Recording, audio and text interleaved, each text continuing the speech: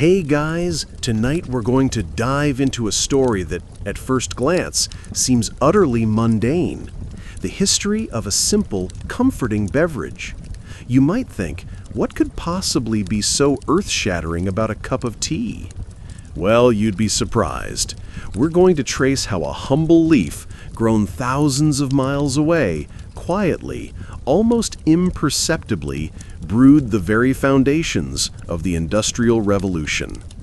You'll find yourself witnessing how the daily ritual of a warm drink transformed working conditions, fueled global trade, and even subtly reshaped the human body's tolerance for relentless labor. It's a strange, counterintuitive link, isn't it? The clatter of machinery, the smog of factories, all connected to the delicate swirl of steam from a teacup. So, before you get comfortable, take a moment to like the video and subscribe, but only if you genuinely enjoy what I do here. And if you're listening in, let me know your location and local time in the comments below. It's always fascinating to see where you're all drifting off to sleep. Now dim the lights, maybe turn on a fan for that soft background hum, and let's ease into tonight's journey together. Our story begins far from the smoky mills of Manchester or the bustling docks of London, high in the misty mountains of ancient China. Imagine, if you will, the delicate shoots of Camellia sinensis flourishing on terraced hillsides, tended by skilled hands that had cultivated this plant for millennia. For centuries, tea was a secret, a prized commodity, traded along arduous routes, first within China, then slowly, painstakingly, creeping westward. You see the camel caravans, laden with precious bundles, traversing the Silk Road, navigating deserts and mountains. Each leaf carried not just flavor, but a fragment of an ancient civilization's artistry and wisdom. This wasn't merely a drink, it was medicine, a meditative aid, a symbol of scholarly refinement. Historians still argue whether the accidental discovery of tea's infusion properties was truly by Emperor Shen Nung, as legend states, or a gradual evolution of agricultural practice. Either way, its journey began as a trickle, a whisper, across vast distances. As centuries turned, the whispers grew louder. Tea found its way to Japan, where it became intertwined with intricate ceremonies and spiritual practices, a far cry from its future role as a working-class staple. You can almost smell the incense, feel the quiet reverence in those early tea houses. It was during the Age of Exploration, when European powers began casting their nets across the globe, that tea's destiny truly began to shift. Portuguese traders were among the first Europeans to encounter tea directly in China, followed swiftly by the Dutch. Imagine these intrepid, perhaps slightly bewildered sailors tasting this exotic brew for the first time, wondering if it held the secrets of the East.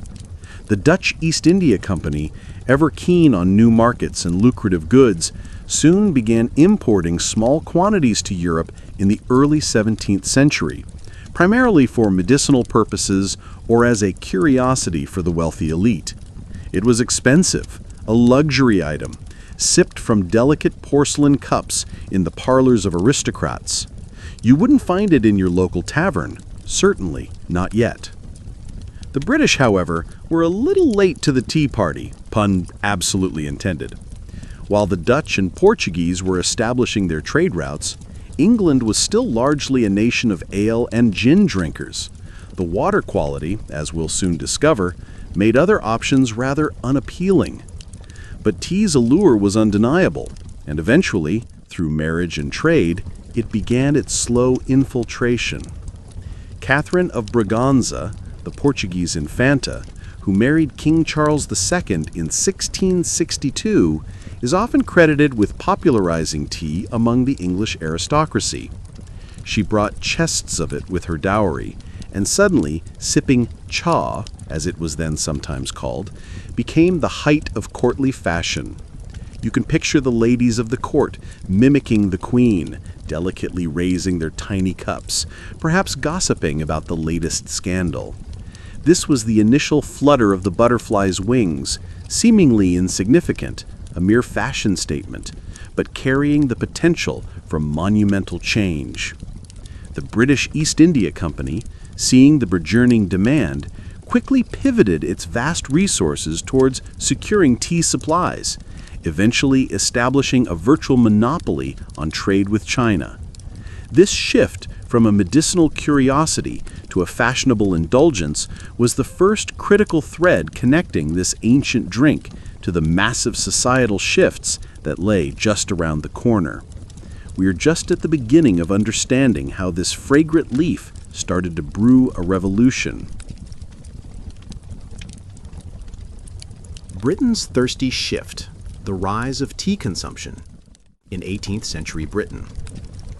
As the 18th century dawned, a quiet revolution was already brewing in Britain, one that began not in the factories, but in the homes and bustling coffee houses of London. You find yourself walking through narrow, cobbled streets, the air thick with the aroma of roasted beans, and increasingly, the delicate scent of tea. While coffee houses were popular centers for intellectual discourse and commerce, offering a variety of hot drinks, tea gradually began to gain a significant foothold. But why? Why did this particular infusion, originally a costly novelty, become so ubiquitous? The answer lies partly in a critical, often overlooked problem of the era, the dismal state of public health and sanitation. Imagine, for a moment, the water supply in a burgeoning 18th century English city. It was, to put it mildly, often disgusting. Rivers, which served as primary sources, were also convenient dumping grounds for industrial waste, animal carcasses, and human sewage. Wells were often contaminated by overflowing cesspits. Drinking raw water was a gamble, frequently leading to debilitating and deadly diseases like cholera, dysentery, and typhoid. You could almost feel the pervasive anxiety that must have accompanied every sip of cold water, the gnawing fear of stomach cramps and fever. It was a silent, insidious killer, claiming countless lives, particularly among the urban poor. This grim reality meant that safe hydration was a constant, pressing challenge for everyday people. Enter tea, or more precisely, enter boiling water. To prepare tea, water had to be boiled. This simple act, performed consistently across countless households, effectively sterilized the water, killing off the harmful bacteria and pathogens that thrived in the uncontaminated urban environment. It was, unknowingly to most, a public health miracle in a teacup. People didn't understand germ theory, of course. That scientific breakthrough was still far in the future. They just knew that tea, unlike river water or untreated well water, rarely made them sick. This provided a crucial, if accidental, hygienic benefit. Historians still argue about the precise extent to which tea's role in public health averted epidemics, but its contribution to safer daily hydration is undeniable. You see the worried mother boiling a kettle for her children, perhaps instinctively, perhaps just because that's how you made tea, but in doing so, unknowingly protecting her family from unseen dangers. Beyond the boiling, tea itself offered a mild stimulant, caffeine. While not as potent as coffee, the caffeine in tea provided a gentle lift, a sustained energy boost without the jitteriness or a subsequent crash associated with stronger alcoholic beverages. For a population increasingly engaged in physically demanding work or simply trying to make it through long, often monotonous days, this was invaluable. You feel the subtle shift, the fog lifting from your mind after a warm cup. This wasn't about getting drunk, it was about staying alert, focused, and capable of enduring. The addition of sugar and milk, which became increasingly common as tea consumption spread, added another layer of benefit. Sugar, imported in vast quantities from the West Indies by enslaved labor, a dark chapter inextricably linked to this story, though beyond the scope of tonight's gentle focus, provided a quick and readily available source of calories and energy. For laborers facing meager diets, a cup of sweet, milky tea offered a surprising caloric boost that could sustain them through long shifts. You taste the sweet warmth, feel the immediate surge of simple energy. This seemingly innocuous beverage was becoming a vital part of the daily energy budget for a rapidly industrializing workforce. This practical, caloric, and hygienic combination began to elevate tea from a mere luxury to a daily necessity, setting the stage for its even larger role as the engine of the nascent Industrial Revolution. The quiet clinking of teacups was about to become the rhythm of an entirely new way of life. Water woes and boiling solutions. Unsafe drinking water and tea's hygienic appeal. With a safer, stimulating, and somewhat nourishing beverage at hand, Britain was unknowingly laying the groundwork for a profound societal transformation. You see the subtle shift in people's daily rhythms, driven by the increasing availability and affordability of tea. No longer solely the domain of the wealthy, tea began its slow, steady descent into the everyday lives of the burgeoning working classes. This wasn't just about taste, it was about efficiency. As the gears of the Industrial Revolution began to turn, literally and figuratively, the need for a sustained, reliable energy source for its human cogs became paramount. Imagine the typical working conditions in an early textile mill or a coal mine. These were environments of unrelenting toil, often stretching for 12, 14, or even 16 hours a day. The work was repetitive, physically exhausting, and mentally draining. You can almost hear the incessant clatter of the looms, feel the damp chill of the mine shaft, sense the pervasive fatigue that must have settled deep into the bones of every laborer. In such conditions, the traditional forms of sustenance, often heavy, calorie-dense but slow-digesting meals, or alcoholic beverages like ale, which provided calories but also induced drowsiness, were no longer optimal. The new industrial pace demanded alertness, consistency, and a certain level of sustained endurance. This is where tea, with its unique combination of warmth, hydration, mild stimulation, and caloric boost, especially with added sugar, truly began to shine. It offered a rapid, easily consumable form of energy that didn't induce stupor. A hot cup of tea could cut through the morning chill, provide a midday pick-me-up, and help stave off the creeping weariness of the late afternoon. You witness the factory worker hunched over a machine, pausing for a moment to quickly gulp down a cup of sweet, strong tea, feeling a small surge of renewed vigor. This small, ritualistic act, repeated millions of times a day across the industrial landscape, became a critical, yet largely unacknowledged, performance enhancer for the workforce. The implications extended beyond individual energy levels. The introduction of tea into the workday subtly influenced the very structure of labor. Tea breaks, initially informal pauses, began to become standardized. Imagine the foreman calling a brief halt to the machinery, allowing workers a precious few minutes to rehydrate and re-energize. These moments weren't just about consumption, they fostered a brief sense of community, a fleeting respite from the relentless grind. Historians still argue about the precise origins of the formal tea break, but its widespread adoption in industrial settings speaks volumes about its perceived value in maintaining worker productivity and morale. It was a simple, cost-effective way to refresh the labor force without significantly interrupting production. The burgeoning demand for tea also had far-reaching economic consequences. It fueled the growth of global trade networks, particularly between Britain and China. The sheer volume of tea required to satisfy British thirst meant that vast merchant fleets were constantly sailing the high seas, linking distant continents. You see the massive sailing ships, their holds packed with tea chests, navigating treacherous waters, their very existence driven by the daily habit of a nation. This wasn't merely a commercial exchange, it was a powerful engine driving innovations in shipbuilding, navigation, and global logistics. The British East India Company, which held a virtual monopoly on this trade, became one of the most powerful corporations in history. its fortunes inextricably tied to the daily cuppa. The humble beverage was no longer just a drink.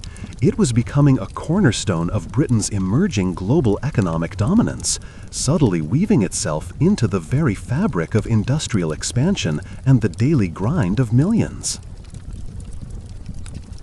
Calorie boost and energy. Sugar and milk added, providing vital worker sustenance. The escalating demand for tea, fueled by its perceived benefits and growing cultural acceptance, created unprecedented logistical challenges. You might not immediately connect your comforting morning brew with complex global shipping, but the sheer volume of tea required to quench Britain's thirst meant that the entire supply chain had to become incredibly efficient. Imagine the distant tea plantations of China, producing mountains of dried leaves, and then picture the vast distances these leaves had to travel, across oceans, around continents, to reach the teapots of London, Manchester, and Glasgow. This was a logistical puzzle on a scale previously unseen for a single consumer good. The East India Company, as the dominant force in this trade, was at the forefront of this logistical innovation. Their fleets of Indiamen, large, heavily armed merchant ships, crisscrossed the globe, carrying not just tea, but also spices, textiles, and other exotic goods. You can almost feel the sway of the ship as it battles Atlantic gales, the salt spray on your face as it hurries its precious cargo back to port. The drive to deliver tea quickly and efficiently spurred advancements in naval architecture and navigation. Faster ships meant less spoilage, quicker turnaround times, and ultimately more tea to sell at a better price. Historians still argue whether the clipper ships, famous for their speed, were a direct result of the tea trade's urgency or a natural evolution of shipbuilding. But the competitive pressure to deliver the first tea of the season certainly accelerated their development. However, this massive import of tea created a significant trade imbalance with China. The Chinese, largely self-sufficient, had little interest in European manufactured goods. They demanded payment for their tea in silver. This drain of silver from British coffers became a serious economic concern. You can almost hear the worried discussions in the boardrooms of the East India Company, pondering how to balance the books. This financial pressure, driven by the nation's insatiable appetite for tea, led to one of the most infamous and tragic chapters in global trade history: the forced introduction of opium into China. Cultivated in British India, opium was smuggled into China in ever-increasing quantities, creating widespread addiction and devastating social consequences. The Chinese government's attempts to suppress this illegal trade ultimately led to the Opium Wars in the mid-19th century, a stark and brutal illustration of the lengths to which imperial powers would go to maintain their economic advantages, all driven by the seemingly innocent desire for a cup of tea. You witness the dark irony. A drink that brought comfort and a form of health to the British working class indirectly fueled a devastating addiction crisis in another land. This dark connection underscores how a simple consumer habit could ripple outwards with truly catastrophic, unforeseen effects. Back in Britain, the growth of the railway network and canals further streamlined the domestic distribution of tea. Once the tea chests arrived in port, they needed to be transported rapidly to every town and city. You see the steam locomotives chugging across the landscape, their carriages filled with goods, including vast quantities of tea, connecting distant communities. This internal infrastructure development, while driven by many factors of the Industrial Revolution, was significantly incentivized by the need to efficiently move mass-produced goods, including the now indispensable tea, to every corner of the nation. The expansion of transportation networks, both maritime and domestic, directly supported the widespread adoption of tea, ensuring its constant availability and cementing its place as a daily staple, further embedding it into the very fabric of industrial expansion and the daily grind of millions. Caffeine's alerting kick. How tea kept factory workers awake and productive. As tea became cheaper and more accessible, its role within the emerging factory system grew from a simple comfort to an integral part of the daily grind. You find yourself standing on the shop floor of a vast textile mill, the air thick with lint and the rhythmic clang of machinery. The noise is deafening, the hours are brutal, and the work is often mind-numbingly repetitive. In such an environment, the focus was on maximizing output, and every moment of a worker's time was incredibly valuable. This pressure for constant productivity led to an interesting phenomenon, the formalization of the tea break. Imagine a vast room filled with hundreds of workers, hunched over their looms or spinning frames. Suddenly, a whistle blows or a bell rings, and for a brief, precious few minutes, the cacophony of the machines subsides. This pause, often mandated by factory owners, wasn't a benevolent act of generosity, but a calculated decision aimed at optimizing labor. Factory managers quickly realized that a short break, accompanied by a hot, stimulating drink, could refresh tired workers, improve their concentration, and ultimately lead to greater productivity over the long, arduous day. You see the tired faces brighten slightly as steaming mugs are passed around, the brief camaraderie, the shared moment of respite before the relentless work resumes. The tea break wasn't just about rehydration, it was a psychological anchor in a grueling day. It provided a fixed point, a moment to anticipate breaking the monotony of endless tasks. For workers who often lived far from the factory and couldn't easily go home for meals, the tea break became a crucial opportunity for sustenance. Many would bring small packets of tea leaves, often of lower quality than what the gentry drank, along with sugar and sometimes milk, to be prepared communally or individually during these brief respites. Historians still argue about the precise origins and universal implementation of the tea break across all industries, but its prevalence suggests a recognition by employers of its tangible benefits. It was, in essence, an early form of industrial psychology, a way to maintain the human engine of the revolution. Beyond the formal breaks, the very act of consuming tea subtly influenced the social dynamics of the factory floor and working-class communities. Tea drinking became a shared ritual, a common ground among laborers. You hear the quiet chatter, the exchange of news and gossip during these brief pauses, fostering a sense of collective identity and solidarity. It was a simple yet powerful social lubricant in otherwise harsh environment. This shared experience helped to forge bonds among workers, contributing to the development of a distinct working-class culture, a culture that revolved, in part, around the daily ritual of tea. Moreover, the mass consumption of tea had broader implications for diet and nutrition, particularly in urban areas. As populations swelled in industrial cities, access to fresh, clean food could be challenging.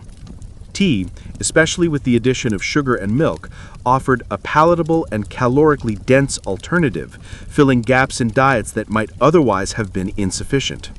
You consider the subtle but significant impact this simple drink had on the physical endurance of a population facing unprecedented physical demands.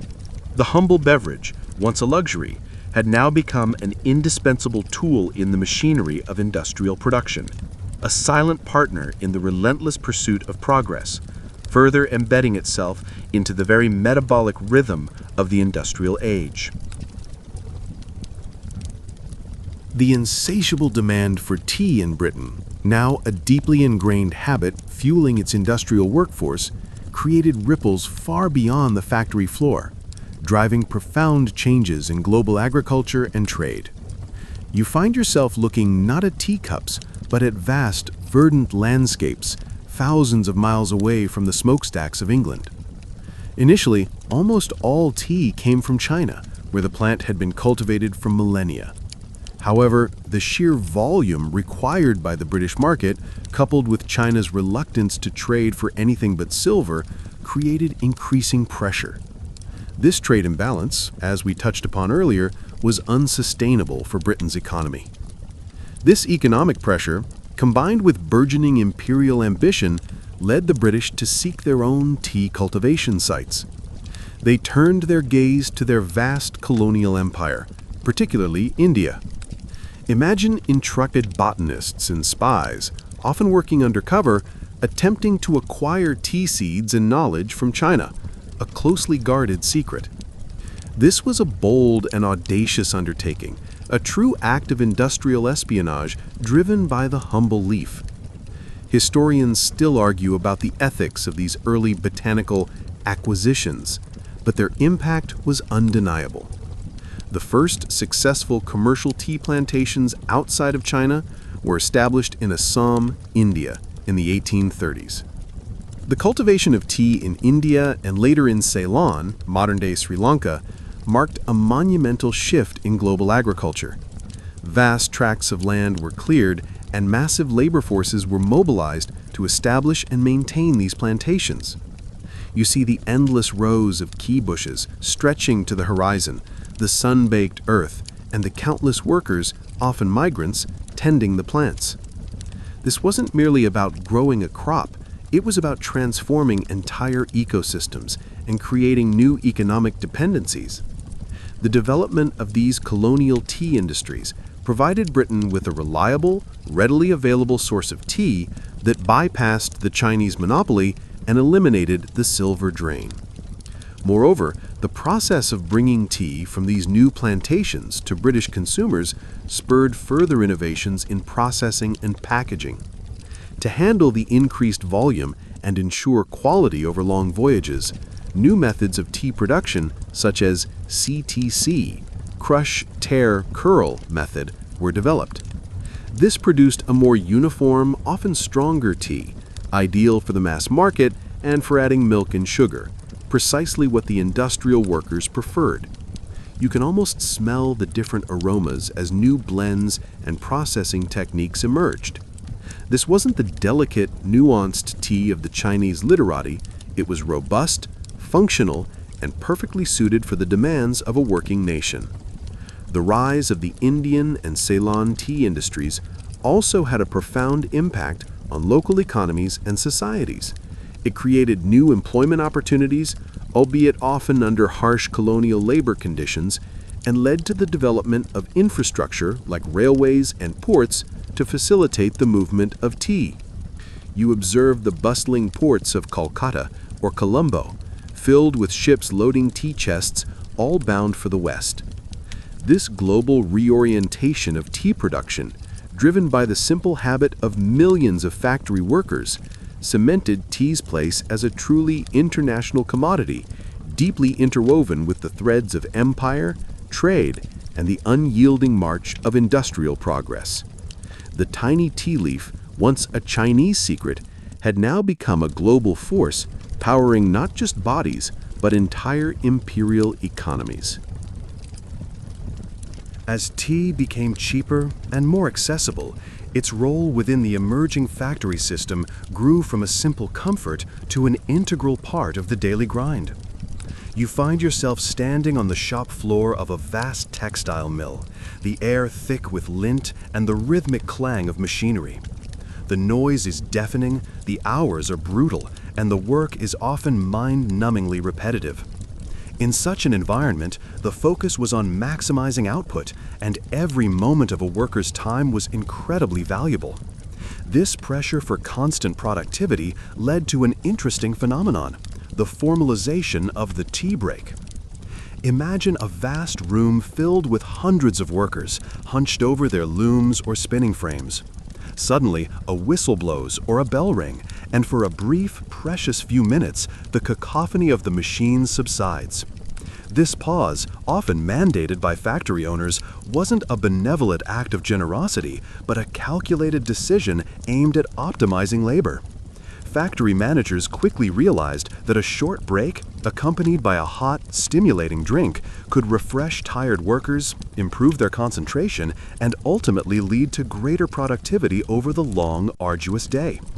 You see the tired faces brighten slightly as steaming mugs are passed around, the brief camaraderie, the shared moment of respite before the relentless work resumes. The tea break wasn't just about rehydration, it was a psychological anchor in a grueling day. It provided a fixed point, a moment to anticipate, breaking the monotony of endless tasks. For workers who often lived far from the factory and couldn't easily go home for meals, the tea break became a crucial opportunity for sustenance. Many would bring small packets of tea leaves, often of lower quality than what the gentry drank, along with sugar and sometimes milk, to be prepared communally or individually during these brief respites. Historians still argue about the precise origins and universal implementation of the tea break across all industries, but its prevalence suggests a recognition by employers of its tangible benefits. It was, in essence, an early form of industrial psychology, a way to maintain the human engine of the revolution. Beyond the formal breaks, the very act of consuming tea subtly influenced the social dynamics of the factory floor and working-class communities. Tea drinking became a shared ritual, a common ground among laborers. You hear the quiet chatter, the exchange of news and gossip during these brief pauses, fostering a sense of collective identity and solidarity. It was a simple yet powerful social lubricant in an otherwise harsh environment. This shared experience helped to forge bonds among workers, contributing to the development of a distinct working-class culture, a culture that revolved, in part, around the daily ritual of tea. Moreover, the mass consumption of tea had broader implications for diet and nutrition, particularly in urban areas. As populations swelled in industrial cities, access to fresh, clean food could be challenging. Tea, especially with the addition of sugar and milk, offered a palatable and calorically dense alternative, filling gaps in diets that might otherwise have been insufficient.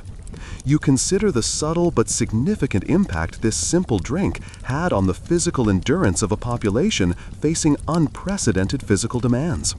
The humble beverage, once a luxury, had now become an indispensable tool in the machinery of industrial production, a silent partner in the relentless pursuit of progress, further embedding itself into the very metabolic rhythm of the industrial age. The widespread adoption of tea, spurred by its perceived benefits and the innovations it encouraged, had a profound, almost unnoticed, impact on the social landscape of industrial Britain.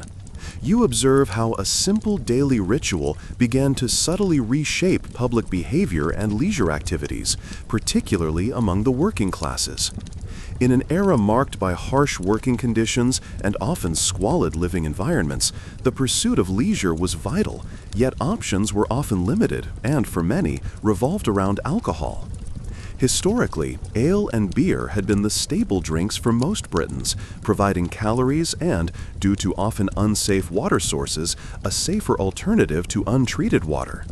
Public houses, or pubs, were central to social life, acting as community hubs, places for news, gossip, and escape from the grim realities of labor. However, excessive alcohol consumption often led to social ills, absenteeism from work, and impaired productivity. You can almost hear the raucous laughter, the clinking of tankards, but also the underlying desperation that fueled much of this heavy drinking. The rise of tea offered a compelling alternative. Unlike alcohol, tea was stimulating rather than intoxicating. It provided a means for workers to socialize and relax without the debilitating effects of drunkenness. This was particularly attractive to social reformers and temperance movements, who saw tea as a morally superior beverage, promoting sobriety and industry. You see the earnest faces of reformers advocating for tea rooms as alternatives to pubs, hoping to uplift the working class through more wholesome pursuits. While pubs certainly didn't disappear, the availability and popularity of tea provided a significant counter-attraction, contributing to a gradual shift in patterns of consumption and social interaction. This shift had tangible benefits for factory owners and the broader industrial economy. A sober workforce was a more reliable and productive workforce. Reduced absenteeism due to hangovers and fewer on-the-job accidents stemming from intoxication meant higher output and greater profits. You consider the ripple effect. A simple cup of tea, by promoting sobriety, indirectly boosted the efficiency and growth of the very industries that were transforming Britain. This wasn't a direct cause and effect in the way a new invention might be, but a subtle, pervasive influence on human behavior that aligned perfectly with the demands of industrial capitalism. Moreover, the ritual of tea drinking fostered a sense of domesticity and respectability, even in the smallest, most crowded working-class homes. It became a symbol of comfort and routine, a moment of calm amidst the chaos of urban industrial life.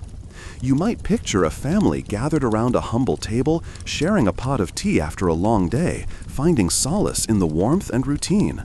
This contributed to the development of a distinct working-class identity that valued hard work but also sought moments of quiet enjoyment. The humble beverage was no longer just a source of energy, it was a silent agent of social change, helping to shape patterns of leisure, temperance, and domestic life, further solidifying its integral, almost invisible role in the grand tapestry of the Industrial Revolution. As the 19th century progressed, the tea industry, fueled by Britain's insatiable demand, became a truly globalized enterprise, solidifying the far-reaching impact of this humble beverage. You consider how the pursuit of a perfect cup of tea led to unprecedented levels of international trade and agricultural specialization. The sprawling tea plantations in India and Ceylon, established by British colonial efforts, rapidly expanded to meet the ever-growing demand from the industrial heartlands of Britain. This massive scale of production necessitated efficient, often brutal labor practices. While the soothing image of tea might conjure peace, the reality of its cultivation involved the displacement of indigenous populations and the exploitation of indentured laborers, particularly from parts of India, who were brought to work on these distant plantations. You see the immense human cost behind each teacup, a stark reminder that the sweetness of sugar and the comfort of tea were often built upon layers of human suffering. This darker side of the tea trade, driven by the sheer scale required by industrial consumption, is a crucial, if uncomfortable, part of its history. Historians still actively debate the ethical legacy of colonial tea production and its long-term social and economic impact on the producing regions. Meanwhile, back in Britain, the growth of the railway network and canals further streamlined the domestic distribution of tea. Once the tea chests arrived in port, they needed to be transported rapidly to every town and city. You see the steam locomotives chugging across the landscape, their carriages filled with goods, including vast quantities of tea, connecting distant communities. This internal infrastructure development, while driven by many factors of the Industrial Revolution, was significantly incentivized by the need to efficiently move mass-produced goods, including the now indispensable tea, to every corner of the nation. The expansion of transportation networks, both maritime and domestic, directly supported the widespread adoption of tea, ensuring its constant availability and cementing its place as a daily staple, further embedding it into the very fabric of industrial expansion and the daily grind of millions. The widespread availability and affordability of tea also supported the development of an increasingly consumer-driven society. Tea, along with other mass-produced goods, became accessible to broader segments of the population, signaling the dawn of modern consumerism.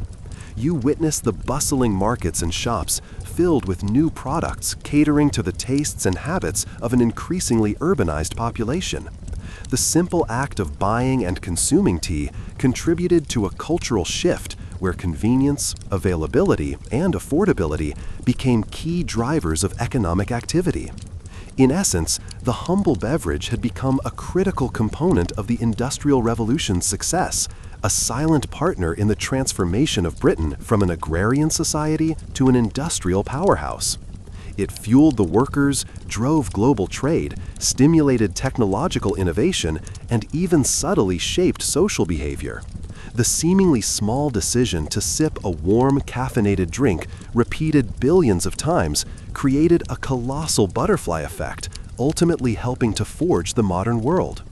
The pervasive influence of tea, from distant fields to every factory floor and home, cemented its status as far more than just a drink, an enduring symbol of a revolutionary era. The final echoes of tea's impact on the Industrial Revolution resonate even into our modern lives, a testament to how a small, seemingly insignificant habit can create truly monumental shifts. You reflect on the incredible journey of this humble beverage, from a luxury item to a daily necessity, and its enduring legacy. The practices and systems developed to support the tea trade, global logistics, mass production, and sophisticated distribution networks laid groundwork that influenced countless other industries. You observe how the blueprint for modern consumer supply chains can be traced, in part, back to the need to deliver tea efficiently to every corner of Britain and beyond. Think about your own daily routine. How many of you start your day with a cup of tea or coffee? That morning ritual, that need for a warm, stimulating beverage to kickstart the day, is a direct inheritance from the industrial age.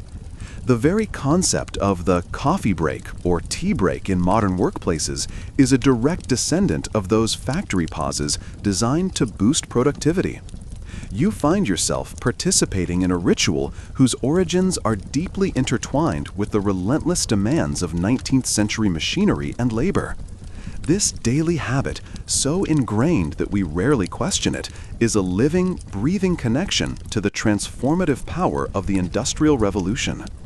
Furthermore, the globalized nature of the tea industry, with production in one part of the world feeding consumption in another, foreshadowed the interconnected global economy we inhabit today. The complex interplay of trade balances, colonial exploitation, and consumer demand, all amplified by the simple desire for a hot drink, provided an early, potent example of the butterfly effect on a truly international scale. Historians still engage in lively debates about the long-term geopolitical consequences of the tea trade, particularly the Opium Wars, and their shaping of East-West relations. The story of tea and the Industrial Revolution is a powerful reminder that history is rarely a narrative of grand, isolated events. Instead, it's often a complex tapestry woven from countless small threads: a king's marriage, a public health crisis, a worker's fatigue, an imperial ambition, and a simple leaf. You consider how seemingly minor elements can combine in unexpected ways to create a cascade of unforeseen consequences, fundamentally altering the course of human civilization. The clinking of a teacup, the hiss of a kettle, the gentle aroma of brewing leaves. These mundane sounds and scents, when viewed through the lens of history, tell a story of profound transformation. This journey through the world of tea and its surprising connection to the Industrial Revolution invites you to look at the ordinary with new eyes. Every object, every habit, every seemingly insignificant daily ritual might just hold a hidden history, a forgotten chain of events that shaped the world around us. So, the next time you settle down with a comforting cup of tea, perhaps you'll remember the vast ships, the bustling factories, the weary workers, and the incredible, unexpected power of a humble beverage that quite literally brewed a revolution. Sweet dreams.